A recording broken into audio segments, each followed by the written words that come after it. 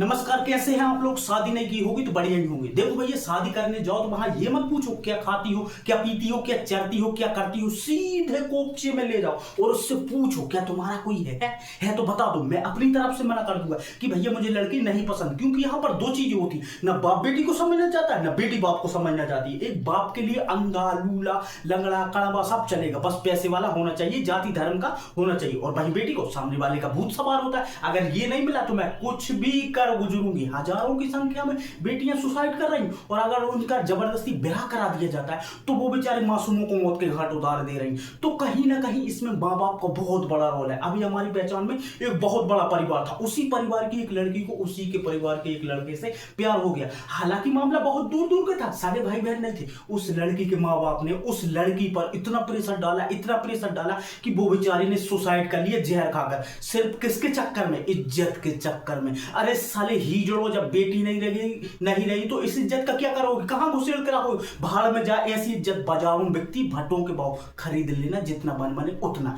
अब यहां पर बेटी माँ बाप को नहीं समझना चाहती। जिसने तुम्हें इस धरती पर लाया, 18 साल तक खिलाया पिलाया, न धूप देखी न छाप देखी, बस मेरी बेटी को कोई तकलीफ ना हो। और वही बेटी कल के आए लौंडे के साथ 2 मिनट में फुर। सिर्फ किसके चक्कर में? सेक्स के चक्कर में, प्यार के चक्कर में नहीं भैया। क्योंकि जहां प्यार होता है वहां इंतजार भी होता है। सीधे कह दो माँ बाप से शादी करूंगी तो मैं इसी से करूंगी, नहीं तो नहीं करूंगी। ये बैठी हूं करके बताओ तुम मेरी शादी। माँ बाप 1 साल नहीं मानेंगे, 2 साल नहीं मानेंगे, 3 साल नहीं मानेंगे, 4 साल नहीं मानेंगे, 5 साल नहीं मानेंगे, 6 साल नहीं मानेंगे, 7वें साल। अरे चल भैया, कौन है वो भूतनी का, उसी से कर, लेकिन चल तो सही। लेकिन नहीं, हमें तो अभी चाहिए, अभी चाहिए। तो यहाँ पर थोड़ा माँ बाप को समझना पड़ेगा। जाति धर्म पैसा रुतबा को साइड में रखना पड़ेगा। आपकी बेटी खुश, किसके साथ में खुश है वो देखना पड़ेगा। और वो आप कभी नहीं देख सकते, वो आपकी बेटी ही देख सकती, क्योंकि जीना आपको नहीं उसको होता है। अगर इसके बावजूद भी गलती हो जाती है तो माँ बाप का फर्ज बनता है, कोई बात नहीं बेटा, ये तुमने चुना था, अब हम चुनेंगे। देखना, अगर इस धरती पर माँ बाप से बढ़कर भी कोई चीज होती होगी तो वो बेटी आपको उसका दर्जा देगी।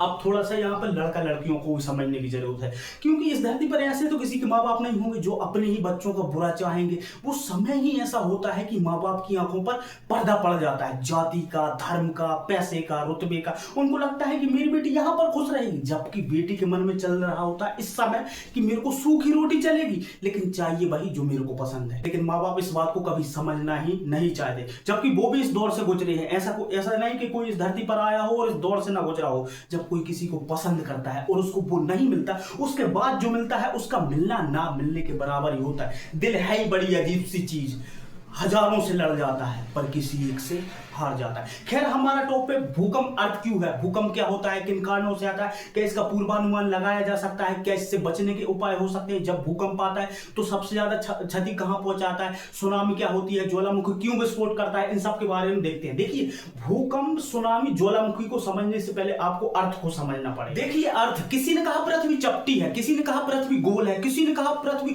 संतरे जैसी है, तो किसी ने कहा पृथ्वी मौसमी जैसी। अरे भैया, सबको नकार दिए। पृथ्वी जियोड है, भुआ आकृति की है, ऊबड़ खाबड़, कहीं से धस गई है तो कहीं से उठ गई है। जहां से धस गई है वहां पानी भर गया, और जहां से उठ गई है वहां पर्वत पठार मैदान बन गए हैं। इस शेप की है पृथ्वी, एकदम गोल नहीं है। वो तो हमको आसानी से समझ आ सके इसलिए हम इसको गोल गोल मान के चलते हैं, ताकि हमको आसानी से समझ में आ सके। अब ध्यान से समझिए, पृथ्वी को 3 लेयर में बांटा गया, क्रस्ट, मेंटल, कोर। आप अंडे का ऊपरी वाला भाग देखे होंगे पपड़ी के जैसा, कैसा होता है? एकदम ठोस। ठीक वैसा ही हमारा क्या है, क्रस्ट, एकदम ठोस। कितना परसेंट है? 1%। अब आप अंडे का बीच वाला भाग देखे होंगे सफेद वाला, कैसा होता है? एकदम गदगद। गदगद का मतलब न पूरी तरह सॉलिड न पूरी तरह लिक्विड, एकदम अर्ध तरल अवस्था में। आप कभी सोना चांदी लोहा पिघलता हुआ देखे? नहीं देखे तो आटा तो गूंदा होगा कभी ना कभी। आप क्या करिए, उस आटे में बहुत कम पानी डालिए, कैसा हो जाता है? एकदम टाइट। ठीक वैसे ही हमारे मेंटल के अंदर भरा हुआ है क्या, मेग्मा, एकदम टाइट अर्ध तरल अवस्था में है, न पूरी तरह सॉलिड है न पूरी तरह लिक्विड है, अर्ध तरल अवस्था में, जो कितना परसेंट है, 83%। अब बचता है कोर। कोर एकदम तरल अवस्था में, पानी की तरह, कितना परसेंट है, 16%। अब आया भैया कौन, वैगनर। इसने देखा आज से कई साल पहले ये देश यहां था, यहां कैसे पहुंच गया? इसने दिमाग लगाया और कहा महाद्वीपों का विस्थापन हो रहा है, अर्थात जमीन विस्तारित हो रही है। लेकिन इस ढोर ने, वैगनर ने ऊपर ऊपर से देखकर बता दिया कि कोई देश यहां था तो वहां कैसे पहुंच गया, मतलब महाद्वीपों का विस्थापन हो रहा है। इसने ऊपर ऊपर से देखकर बता दिया। लेकिन अब आया कौन? हैरी हेस। हैरी हेस ने कहा वैगनर बिल्कुल सही बोल रहा है कि महाद्वीपों का विस्थापन हो रहा है, अर्थात जमीन विस्तारित हो रही है। लेकिन उस ढोर ने ये कहा बताया कि किस कारण से यहां की जमीन यहां पहुंच जाती है, मतलब विस्तारित हो जाती है। तब जाकर हैरी हेस ने दिया क्या? प्लेट टेक्टोनिक का सिद्धांत। हैरी हेस ने कहा ये जो हमारी क्रस्ट है वो एकदम जुड़ी हुई नहीं है, मतलब एकदम जुड़ी हुई नहीं है, वो 7 बड़ी बड़ी प्लेटों और कई छोटी छोटी प्लेटों से मिलकर बनी है, जिसकी एक प्लेट की मोटाई औसतन 100 किलोमीटर है। आपको ये जो क्रस्ट दिखा रही है वो एकदम जुड़ी हुई नहीं है, इसमें 7 बड़ी बड़ी प्लेटें हैं। ऐसे करके, एक मिनट सॉरी, इसमें ये 7 ऐसे करके बड़ी बड़ी प्लेटें हैं। तो ये जो क्रस्ट आपको दिखा रही है ये एकदम जुड़ी हुई नहीं है, 7 बड़ी बड़ी प्लेटों और कई छोटी छोटी प्लेटों से मिलकर बनी है, जिसकी एक प्लेट की मोटाई औसतन 100 किलोमीटर है। समझ रहे हो? आपको जो क्रस्ट दिखाई दे रही है ये पूरी पृथ्वी का 1% जरूर है, लेकिन इसकी एक प्लेट की मोटाई औसतन कितनी है? 100 किलोमीटर। पतला नहीं है वो। आप इसको ऐसे समझिए, मान लीजिए ये हमारा पेट है, इसकी जो ऊपर की चमड़ी है उसको क्रस्ट समझ लीजिए। अब इस क्रस्ट के नीचे भरा हुआ है मेग्मा। मान लीजिए आप किसी छोटे से बच्चे को इस पर खड़ा करिए, क्या बच्चा पेट फाड़कर उसमें घुस जाएगा? नहीं घुस पाएगा। क्यों? क्योंकि बच्चे का वजन ही कितना होता है? 8 से 10 केजी। हाँ, कहीं से धचका देगा, कहीं से पचका देगा, लेकिन पेट को तो फाड़कर नहीं घुस पाएगा। तो ठीक वैसे ही आप बताइए, क्या ये 1%, 83% का कुछ बिगाड़ पाएगा? मतलब क्या ये 1% क्रस्ट 83% को फाड़कर उसमें घुस जाएगा? नहीं घुस पाएगा। क्यों? क्योंकि भैया एक तो वो 83% है, दूसरा वो एकदम पानी की तरह नहीं है तरल कि भचाक से पत्ता डाला भचाक से नीचे, वो अर्ध तरल अवस्था में, टाइट अवस्था में। समझ रहे हैं? इसका मतलब भले ही हमारी क्रस्ट अर्थात प्लेटें 100 किलोमीटर मोटी हैं, लेकिन वो कभी भी मेंटल को फाड़कर उसमें घुस नहीं सकती, उसको दबा नहीं सकती। लेकिन अब एक बात बताइए, ये क्या है? मेंटल। इसमें क्या भरा हुआ है? मेग्मा, जो किस अवस्था में है? अर्ध तरल अवस्था में है। अब पृथ्वी घूर्णन भी कर रही है, मतलब अपनी अक्ष पर घूम भी रही है और किसी दूसरे का भी चक्कर लगा रही है, मतलब परिक्रमा भी कर रही है। तो क्या ये मेघमा कभी हिलडुल नहीं करता होगा? भले ही वह कितना भी गाढ़ा क्यों ना हो, लेकिन हिलडुल तो करेगा। तो इसी हिलडुल के कारण कभी ये प्लेटें दूर दूर चली जाती हैं, तो कभी ये टकरा जाती हैं। जब ये प्लेटें टकराती हैं तो भूकंप आता है, जिसको हम कहते हैं प्लेटों का अभिसरण। और जब ये प्लेटें दूर दूर चली जाती हैं तो ज्वालामुखी आता है, जिसको हम कहते हैं प्लेटों का अभिसरण। आप इसको ऐसे समझिए, देखिए मान लीजिए ये 2 प्लेटें हैं, जब ये टकराएंगी तो हलचल होगी तो भूकंप आएगा, और जब ये प्लेटें दूर दूर जाएंगी तो पृथ्वी के अंदर क्या भरा हुआ है? मेग्मा। भचाक से ऊपर आएगा। कहा हो जयपाल की मम्मी? तो ज्वालामुखी भूकंप का मुख्य कारण क्या है? प्लेटों का अभिसरण। अभिसरण का मतलब होता है किसी भी चीज का टकरा जाना, और जबकि ज्वालामुखी का मुख्य कारण क्या है? अपसरण। प्लेटों का अपसरण। अपसरण का मतलब होता है किसी भी चीज का पीछे हट। अब इसी पर देखिए ये क्या है? जो प्लेटें हैं, अब जहां से तो तनी मनी गड़ा बन गया, वहां पानी भर गया, तनी मनी जहां से उठ गई है वहां पर्वत पठार मैदान बन गए। आपको समझ में आ गया होगा। तो ज्वालामुखी का मुख्य कारण क्या है? प्लेटों का दूर दूर चले जाना, और जबकि भूकंप का मुख्य कारण क्या है? प्लेटों का टकरा जाना। तो हम सबसे पहले क्या देखते हैं? भूकंप देखते हैं, प्लेटों का अभिसरण। देखिए भूकंप जहां से पैदा होता है, अर्थात पृथ्वी के मेंटल के जिस भाग से निकलता है उसको हम फोकस या मूल कहते हैं, और जाकर ये सबसे पहले जहां पर टकराता है उसको हम इपीसेंटर या अधिकेंद्र कहते हैं। आप इस अधिकेंद्र इपीसेंटर से जितना दूर जाएंगे भूकंप का प्रभाव उतना ही कम होता चला जाएगा। लेकिन दिक्कत यह है कि जब ये आता है तो भूतनी का अकेला नहीं आता, अपने साथ पृथ्वी की गर्मी ऊर्जा को साथ लेकर आता है। मतलब 3 प्रकार की तरंगों को साथ लेकर आता है, प्राथमिक, द्वितीयक और तृतीयक, प्राइमरी, सेकेंडरी और टर्सरी। टर्सरी को हम लव तरंग भी कहते हैं। क्यों?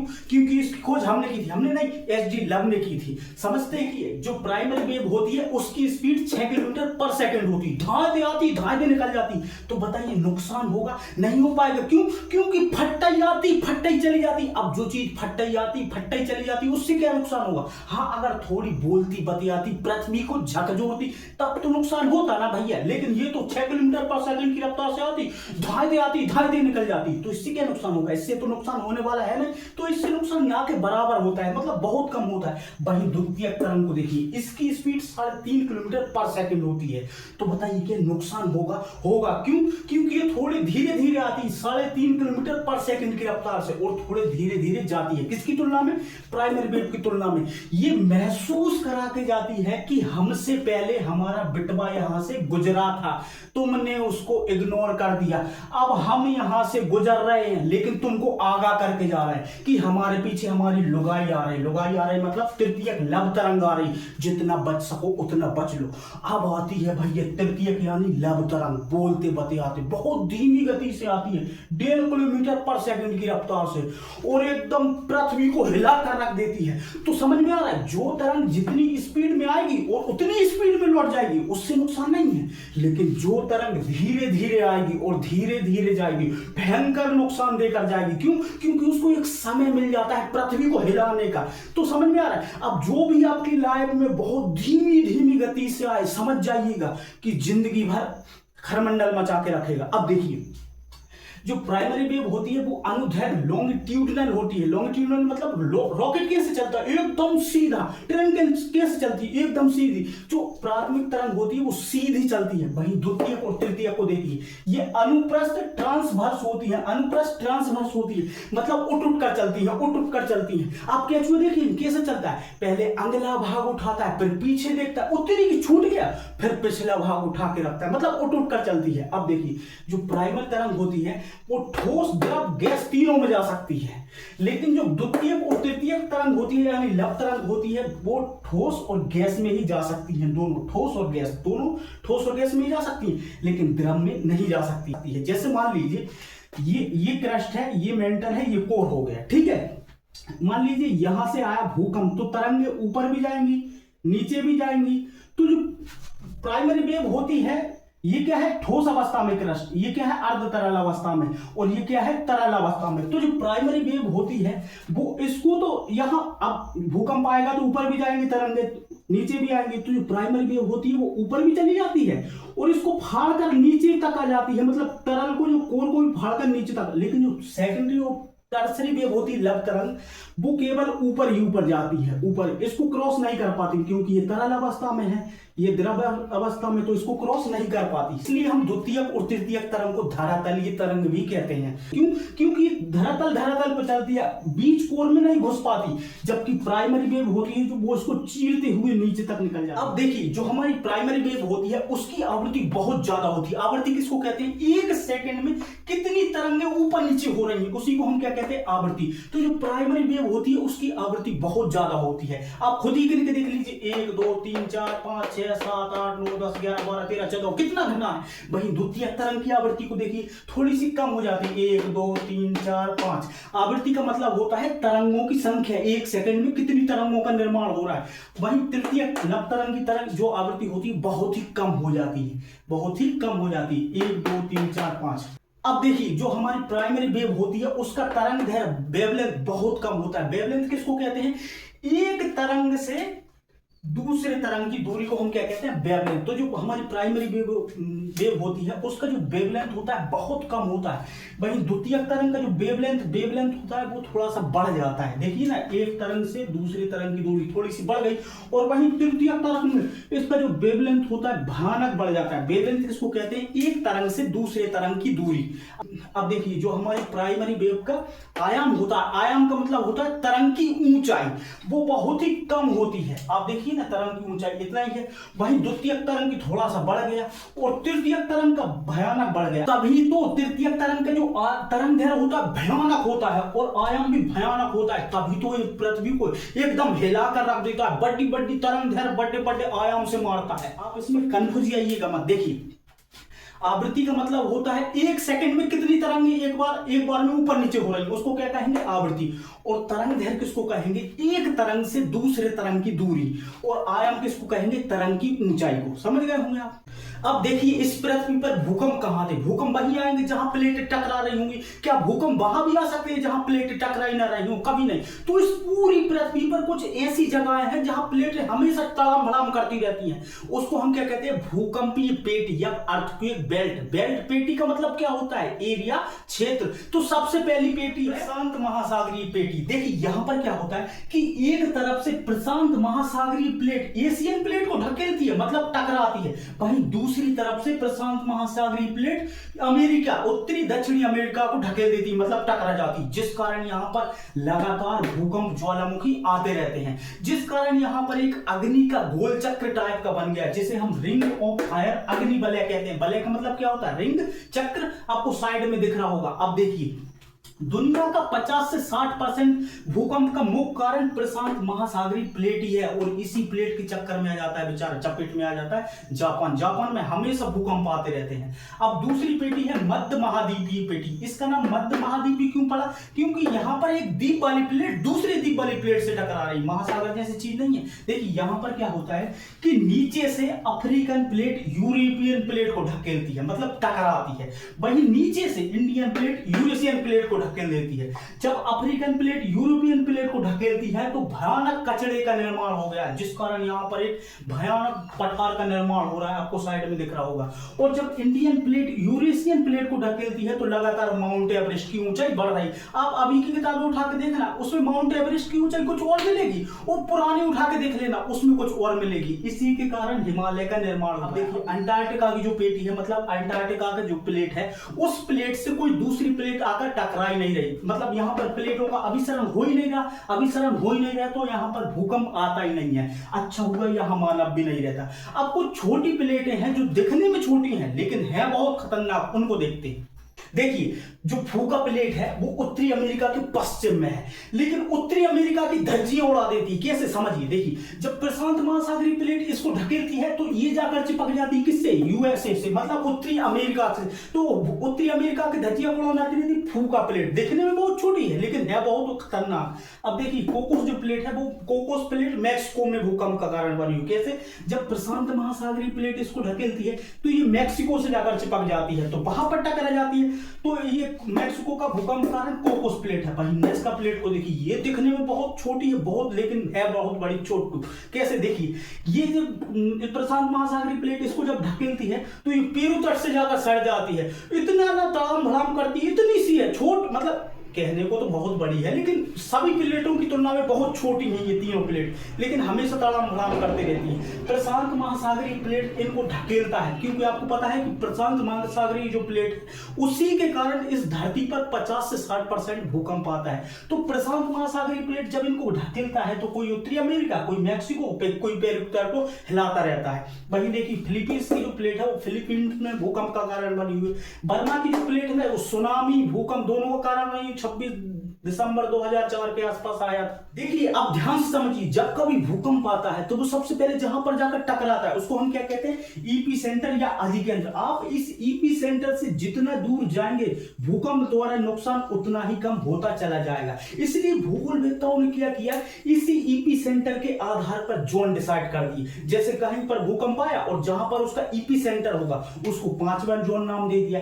थोड़ा दूर गए नुकसान थोड़ा कम हो गया, उसको चौथा नाम रख दिया। थोड़ा और दूर गए नुकसान और कम हो गया, उसको तीसरा जोन नाम रख दिया। थोड़ा और दूर गए खतरा और कम हो गया, उसको दूसरा जोन नाम रख दिया। अगर भयानक दूर चले गए नुकसान एकदम खत्म हो गया तो उसको पहला जोन नाम रख दिया। देखिए जैसे जैसे आप 5 से 1 की ओर बढ़ेंगे नुकसान कम होता चला जाएगा, और जैसे जैसे आप 1 से 5 की ओर बढ़ेंगे तो नुकसान बढ़ता चला जाएगा। इसलिए जो पहला जोन होता है वहां पर जाकर ना नुकसान बिल्कुल कम हो जाता है, नुकसान ना के बराबर होता है। इसलिए भूगोलवेत्ताओं ने पहले जोन को ही खत्म कर दिया। हालांकि मानने को जोन तो 5 ही है, लेकिन जो पहला जोन होता है उसमें उसमें भूकंप द्वारा नुकसान ना के बराबर हो जाता है, इसलिए इसको मानना छोड़ दिया। जोन तो 5 ही। अब देखिए जो 5वां जोन है, इसी 5वां जोन किसको कहेंगे, जहां पर इपिसेंटर होगा। तो इपिसेंटर देखिए नेपाल, हिमालय, जापान जो है ना, वो प्लेटों की एकदम कगारों पर स्थित है।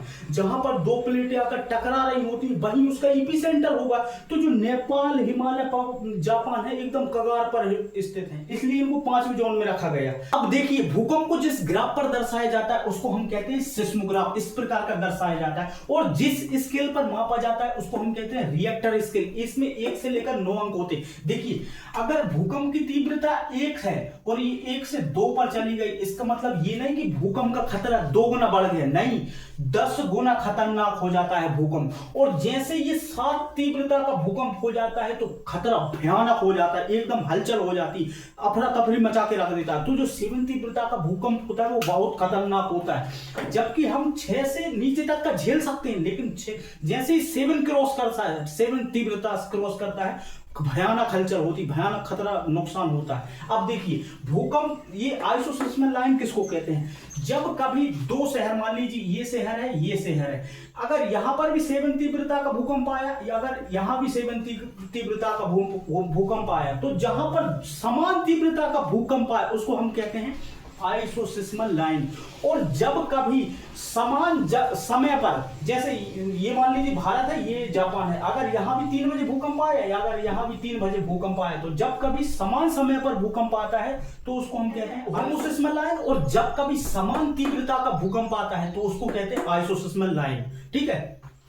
देखिए क्या भूकंप की भविष्यवाणी की जा सकती है? आज तक इसका प्रिडिक्शन नहीं हो पाएगा कि कब आएगा, कहां आएगा, कितना बड़ा होगा, आज तक इसका सटीक प्रिडिक्शन नहीं हो पाया। वो तो हम थोड़ा बहुत अनुमान लगाते हैं, जैसे कि जब वायुमंडल में इलेक्ट्रोमैग्नेटिक वेव बढ़ने लग जाए, तो जो मशीनों द्वारा निकलती है ना इलेक्ट्रोमैग्नेटिक वेव, अगर ये अचानक बढ़ने लग जाए तो थोड़ा बहुत समझ जाइएगा कि भूकंप आ रहा है। और जो रेडियन गैस है ये हमारे वायुमंडल में जरा सी भी नहीं है, अगर ये अचानक आपको बढ़ने लग जाए तो समझ जाइएगा भूकंप आने वाला है।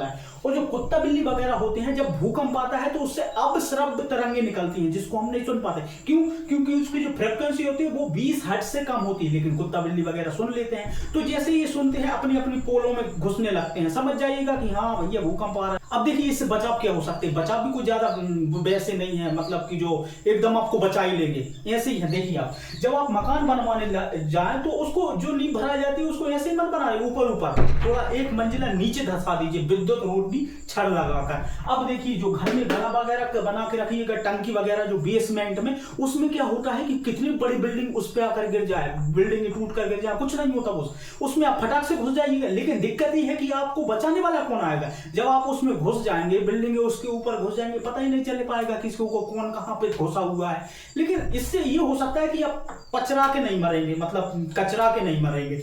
तो आप गड्ढे में, हो सकता है आपको कोई बचा भी ले और हो सकता है ना भी बचाए, तो मरना तो वैसे ही है, तो गड्ढे में जाके मरो ना। अब अब अगर तुरंत भूकंप वगैरह आए तो कुर्सी टेबल के नीचे चले जाया करो। अगर जैसे अगर कोई चीज मतलब छत वगैरह गिरा आपके सर पे आ रहा हो तो हाल में वो पहले उस पे गिरेगा, टेबल पे, फिर टेबल आपके ऊपर। अब देखिए सुनामी किसको कहेंगे? समुद्र में आने वाले भूकंप को हम क्या कहते हैं? सुनामी। जब कभी समुद्र में भूकंप आता है तो उसकी वजह से पानी एकदम छितरा जाता है, तितर बितर हो जाता है, एकदम फैल जाता है।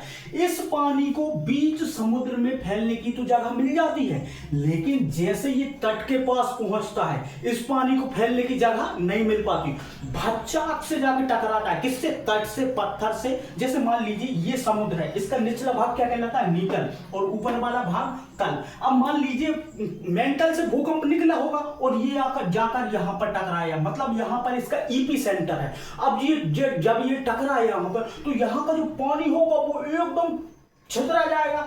अब इस पानी को यहां तक तो फैलने की जगह मिल जाएगी, लेकिन जैसे ही इसको तट मिलेगा, अब इसको मिल गया तट, अब इसको नहीं मिल पाई क्या? फैलने की जगह, तो इसका जो आयाम होगा यहां पर भयानक हो जाता है। पानी का तरंग, एक प्रकार की तरंग है, लहर है पानी की, यहां पर इसको फैलने की जगह तो नहीं मिल पाई।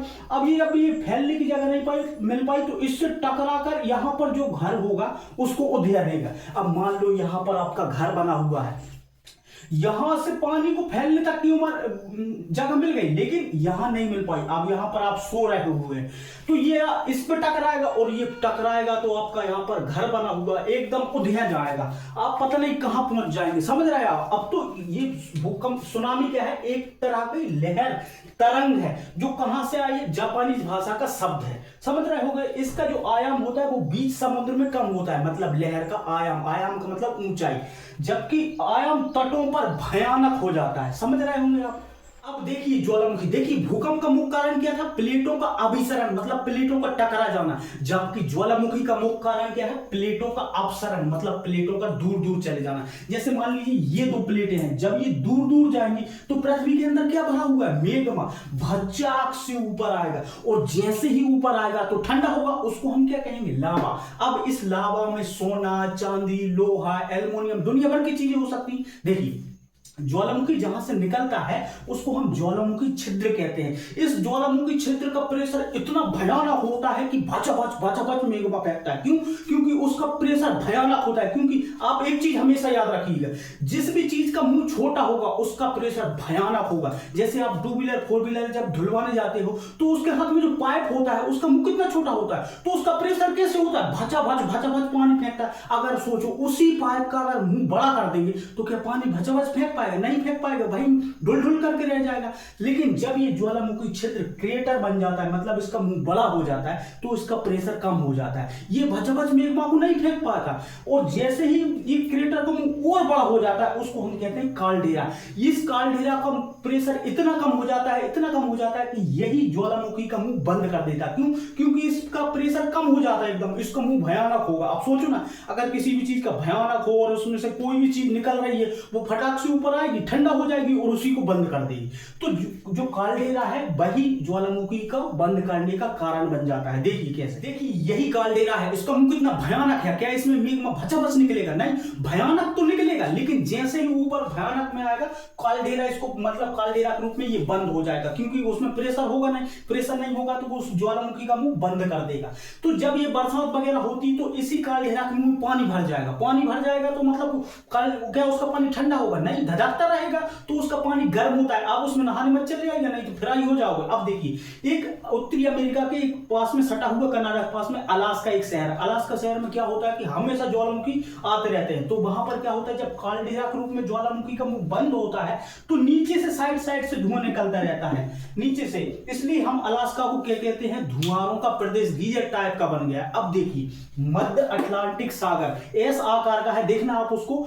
वहां पर क्या हुआ है, प्लेटों का अपसरण हुआ, जो भयानक अपसरण हुआ, बड़ी बड़ी प्लेटें दूर दूर चली गई, जिस कारण वहां पर ज्वालामुखी आया होगा। ज्वालामुखी आया होगा तो वहां दुनिया के सबसे बड़े कटक का निर्माण हुआ है। कटक या रिज किसको कहते हैं, समुद्र में जलमग्न पहाड़ को हम क्या कहते हैं, कटक या रिज। दुनिया का सबसे बड़ा कटक कहां है, मध्य अटलांटिक सागर में है। अब देखिए अभी का जो हाल है अफ्रीका का, अफ्रीका में देखना कि प्लेटों का अपसरण हो रहा है, अपसरण हो रहा है, तो वहां कई सालों बाद ज्वालामुखी आएगा तो वहां पर क्या होगा, भ्रंश खाई रिफ्ट बनना चालू हो गई। देखना कई सालों बाद जो अफ्रीका है वो 2 भागों में टूट जाएगा। अब देखिए ज्वालामुखी भी 3 टाइप के होते हैं, मृत ज्वालामुखी, सुषुप्त ज्वालामुखी और सक्रिय ज्वालामुखी। समझिए, देखिए मृत ज्वालामुखी किसको कहेंगे, जो लगातार 50 से 60 साल से भड़का ही ना हो, उसको हम क्या कहेंगे, मृत ज्वालामुखी। जैसे अंडमान का नारकंडम जो है ना, वो 50-60 साल से भड़का ही नहीं, इसलिए हम किसको कहें, नारकोंडम को मृत ज्वालामुखी कहते हैं। वहीं सुषुप्त ज्वालामुखी किसको कहेंगे, जो हर 2-3 साल या 5 साल में